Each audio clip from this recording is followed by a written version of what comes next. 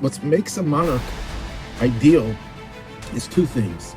Number one, he is chosen by God, and number two, he is chosen by the people.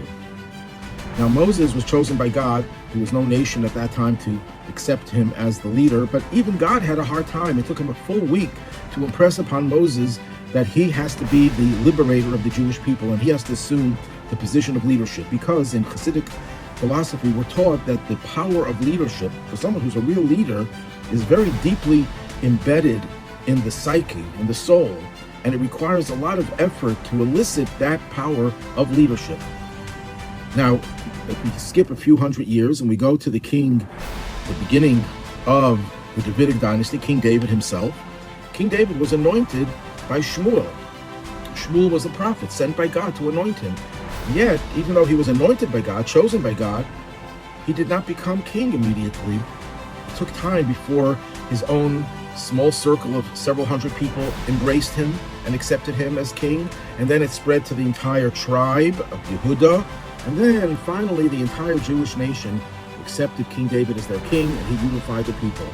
So that we see from here that a king has to be ordained, anointed, you could say, by God himself. God has to choose him and give him those powers, that potential. But at the same time, he's not a dictator. He can't impose himself. The people have to embrace him. Now, the whole idea that there's a concept of a king in Judaism is based on a biblical verse in the book of Deuteronomy, which commands us to appoint a king. When we come into Israel, the Talmud says, based on this biblical verse, the Jewish people had three unique obligations. The first was to establish a monarchy. The second was to eliminate the wicked nation Amalek, the genocidal nation Amalek. And the third is to build the Beit HaMikdash, the Holy Temple. The whole idea of a king, on one level, is simply to make sure that there's law and order, that there's no anarchy. It says in Ethics of the Fathers, if not for the fear of government, people would swallow each other alive. So you need a structure. But the deeper reason and the higher reason, and even in this itself there are several levels, is that the king is supposed to be the highest spiritual figure whose whole being is surrendered to God.